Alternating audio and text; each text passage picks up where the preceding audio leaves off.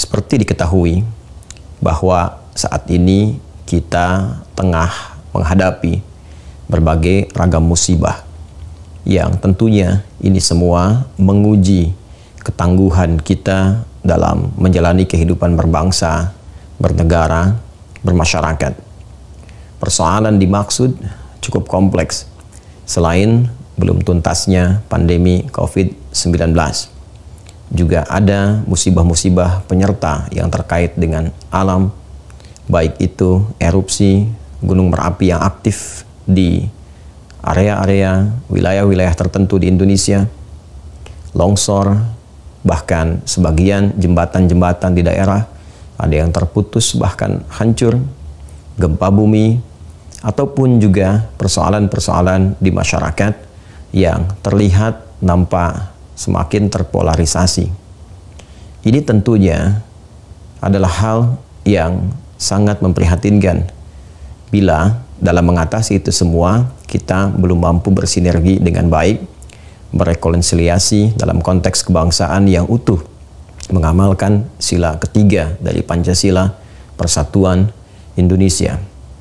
Karena itu, di kesempatan yang baik ini, saya mengajak kepada kita semua, saya, Anda, kita, anak bangsa ini, warga negara Indonesia yang baik, dimanapun kita berada, apapun posisi yang tengah kita sempati pada saat ini. Mari kita semua bersatu, kita semua bisa berrekonsiliasi dengan cara yang baik, memperbaiki jalan kehidupan kita, menata kembali hal-hal yang kurang tepat, dari sikap, dari kebijakan, dari hal-hal yang sekiranya tidak mengarah kepada solusi yang tepat guna dalam mengentaskan berbagai persoalan yang dimaksudkan. Saya pertama ingin mengajak untuk memperbaiki itu semua. Dalam bahasa agama disebut dengan taubat, kembali mengakui bahwa ada yang tidak tepat dari apa yang kita lakukan selama ini.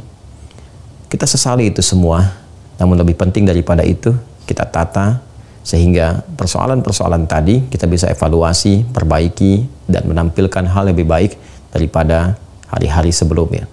Kepada pejabat publik, saya meminta agar dapat membuat kebijakan-kebijakan yang substansial, yang esensial, yang tepat guna, yang memang dibutuhkan di masyarakat dalam konteks bersinergi untuk mengentaskan berbagai persoalan yang dimaksudkan. Persoalan-persoalan kecil yang tidak membutuhkan perhatian level-level jabatan besar, selevel menteri, dan semisalnya, kiranya bisa diteruskan kepada pejabat-pejabat daerah atau di lingkungan-lingkungan terkait, apalagi bila yang dimaksudkan adalah kasus-kasus yang sifatnya domestik, sifatnya kecil, yang tidak harus menarik perhatian sehingga menjadi kebijakan nasional.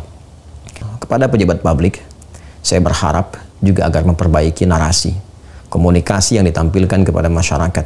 Jangan sampai menghadirkan kata-kata, kalimat-kalimat yang justru kontraproduktif atas misi-misi yang akan dibangun. Bagaimana mungkin toleransi bisa ditampilkan, bisa dikampanyekan, namun dalam saat yang sama, kalimat yang ditampilkan, ilustrasi yang dihadirkan justru bukan sekedar kontraproduktif, tapi berpotensi menyakiti kepada bagian-bagian unsur tertentu dalam kehidupan berbangsa dan bernegara. Rasanya tidak pantas bila persoalan toa harus diilustrasikan dengan binatang tertentu atau hal-hal yang lain yang tidak sejalan, tidak senafas, bahkan tidak sampai kepada logika. Pun persoalan-persoalan lainnya, kita tidak perlu saling menghujat, tidak perlu saling mencela, tidak perlu saling menyalahkan. Kita hanya perlu saling mengoreksi diri kita dan bertanya, apakah masih mencintai negeri ini? Apakah masih mencintai bangsa ini? Bila memang Anda mengatakan, saya Pancasila, saya NKRI, saya mencintainya, maka cinta tidak dibuktikan dengan kata-kata.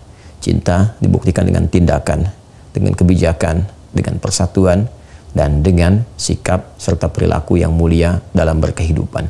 Semoga Allah Subhanahu wa Ta'ala mengampuni kita, membimbing kita ke jalan yang baik, meridhai langkah kita, dan pada saatnya siapapun kita pasti akan berpulang kepada Allah Subhanahu wa Ta'ala.